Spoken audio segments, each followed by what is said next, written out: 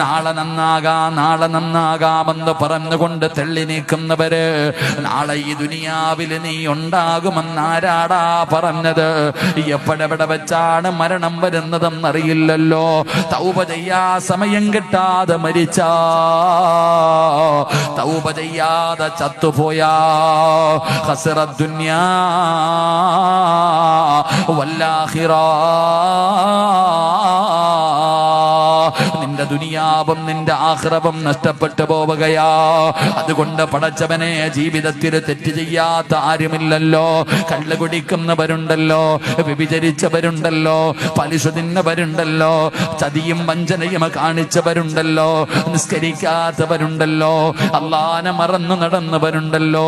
എല്ലാവരും പാപം ചെയ്തവരാ, എല്ലാവരും തെറ്റ് ചെയ്തവരാ. പക്ഷേ തെറ്റിനെ ചുമക്കല്ലേ, തെറ്റിനെ ചുമന്നുകൊണ്ട് നടക്കല്ലേ. ചെയ്തു പോയ പാപങ്ങളെ പ്രപഞ്ചത്തിന്റെ അധിപനായ പടച്ച റബ്ബിനോട് ഏറ്റുപറഞ്ഞാൽ അല്ലാഹു വല്ലാത്ത ഇഷ്ടമാ. ഒരുപാട് തൗബ ചെയ്യണേ, ഒരുപാട് തൗബ ചെയ്യണേ.